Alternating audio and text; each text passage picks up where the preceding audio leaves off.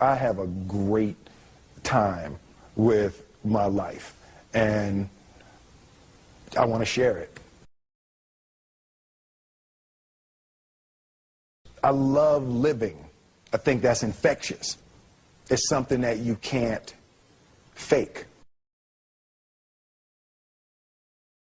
Greatness is not this wonderful, esoteric, elusive, God-like feature that only the special among us will ever taste. You know, it's something that truly exists in all of us. It's very simple. This is what I believe, and I'm willing to die for it. Yeah. Period. It's that simple. I know who I am, and I know what I believe. I know who I am, I know what I believe. That's all I need to know. And that's all I need to know. So from there, you do what you need to do. Yeah. You know, and I think what happens is we make the situation more complex than it has to be. Because we're looking for complexity. There's got to be Absolutely. something complex to understand. It Right? can't be that easy. No. We didn't grow up with the sense that where we were was where we were going to be. You know, we grew up with the sense that where we were almost didn't matter because we were becoming right. Something greater. The separation of talent and skill is one of the greatest misunderstood concepts for people who are trying to excel, who have dreams, that want to do things. Talent you have naturally. Skill is only developed by hours and hours and hours of beating on your craft. I've never really viewed myself as particularly talented. Where I excel is ridiculous, sickening work ethic. You know, while the other guy's sleeping, I'm working. While the other guy's eating, I'm working. There's no easy way around it. No matter how talented you are, your talent is going to fail you if you're not skilled. Mm-hmm. You know, if you don't study, if you don't work really hard and dedicate yourself to being better every single day, mm-hmm. you'll never be able to communicate with people, with your artistry, the way that you want. So the only thing that I see that is distinctly different about me is I'm not afraid to die on a treadmill. You might have more talent than me, you might be smarter than me, but if we get on the treadmill together, right, there's two things. You're getting off first, or I'm going to die. It's really that simple. One summer, his dad tore down a brick wall on the front of his business and told 12-year-old Will and his 9-year-old brother to rebuild it, a job they said was impossible. It took them a year and a half, but they did it. And he said, now don't you ever tell me it's something that you can't do. You don't try to build a wall. You don't set out to build a wall. You don't say, I'm going to build the biggest, baddest, greatest wall that's ever been built. You don't start there. You say, I'm going to lay this brick as perfectly as a brick can be laid. Yeah. And you do that every single day. And soon you have a wall. And soon you have a wall.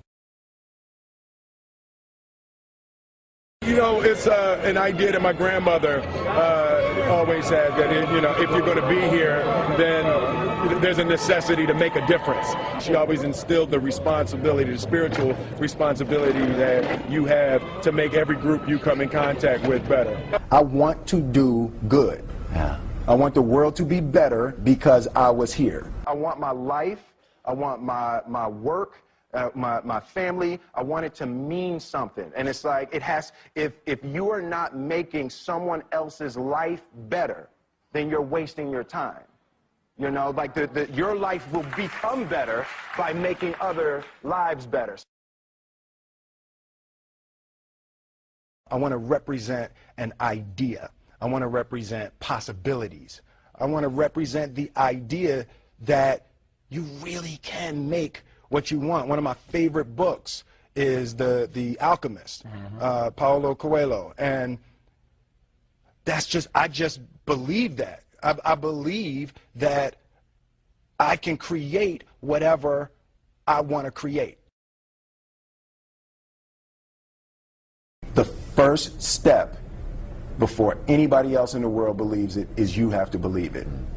There's no reason to have a plan B because it distracts from plan A.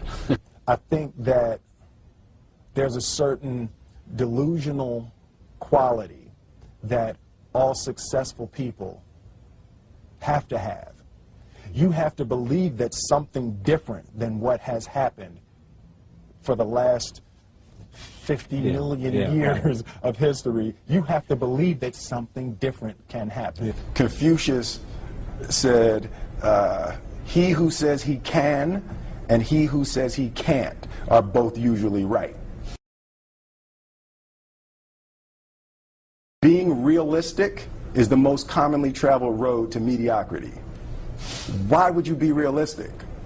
What's the point of being realistic? Just put up a barrier.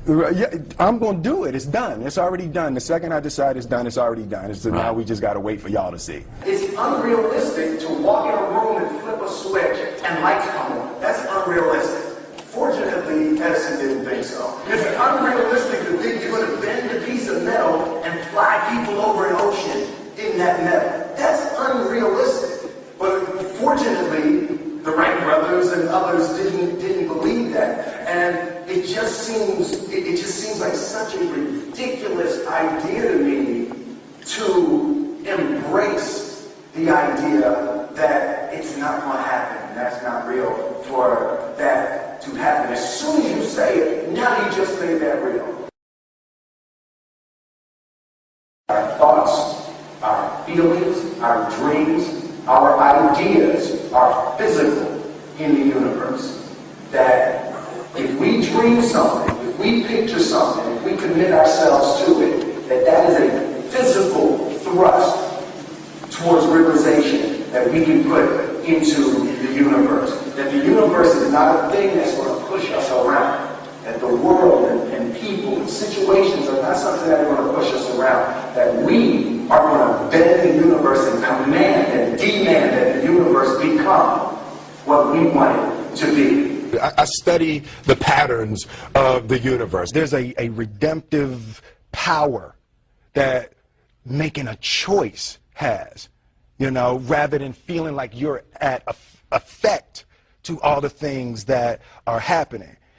Make a choice, right? You just decide what it's going to be, who you're going to be, how you're going to do it. Just decide. And then from that point, the universe is going to get out your way. It's like it's water. It wants to move and go around stuff. You know. There's a flow of the universe that I've grown to know just how to go with it.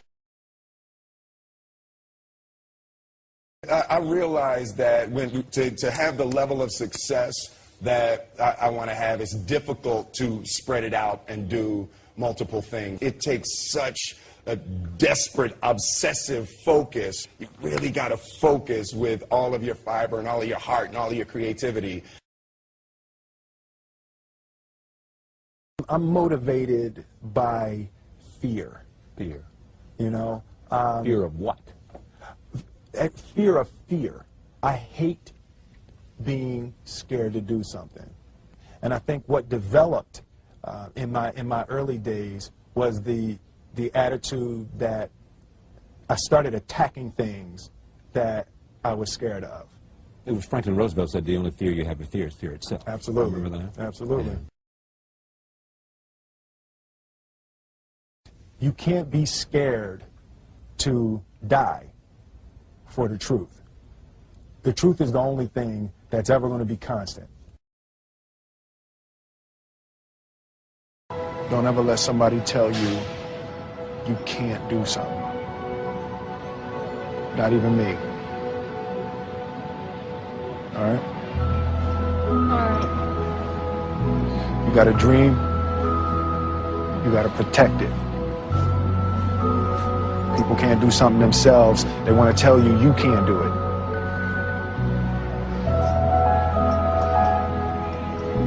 You want something, go get it. Period. Well, I hope you got value from that. I know I sure did. And ladies and gentlemen, my wish for you is that you decide to become a network marketing professional. You decide to go pro, because it is a stone cold fact that we have a better way. Now let's go tell the world. Everybody have a great day, and I'll see you next time. Bye-bye.